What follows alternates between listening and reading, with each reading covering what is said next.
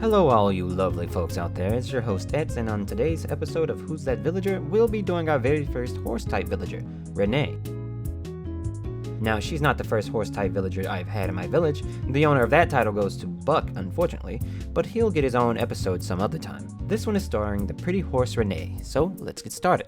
Reneigh shares the same phonetic name as Reneigh, but the neigh in this Reneigh is spelled neigh more like a horse's neigh. Her Japanese name is Rihanna, like the music star Rihanna, even down to the Japanese katakana. Reneigh is a sisterly villager, and her initial phrase is a yup yup. Her motto is, you can only be you, so be the best you that you can be. Her birthday is on June 4th, making her a Gemini, and her favorite song is KK Synth.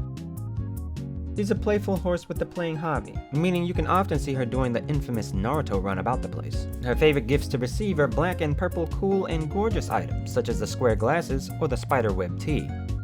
Her Pocket Camp profile says, some would say Reneigh is glued to her smartphone, but she insists she's keeping up with the latest and greatest trends. Ask her anything about what's currently in style.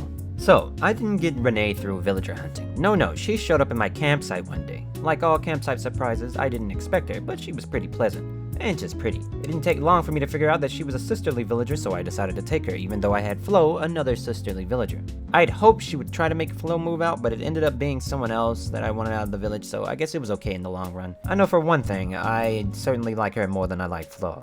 My final rating on Reneigh is that she's a solid 9.5 out of 10. She's one of my favorite horses so far, even though the only other horse that I have had is Buck, I think. And she's she's definitely better than Buck. I like her hair and I like her fur color, and they just match up really, really well. It also makes her one of my favorite sisterly villagers, which is a group I thought I wouldn't like, but well, she's a really nice sisterly type villager.